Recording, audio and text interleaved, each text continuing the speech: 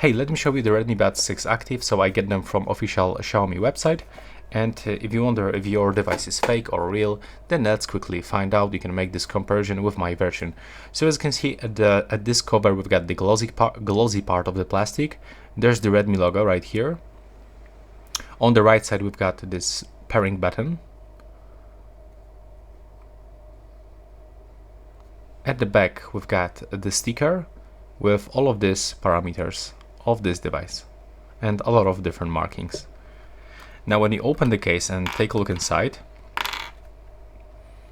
we can find indicator, gold pins for charging, and that's basically everything. Right here we got the USB-C port. Now when you take a look for earbuds, let's get for example this left one.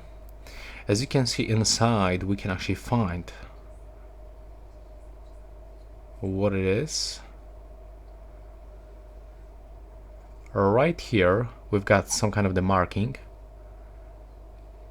There's no ear tips.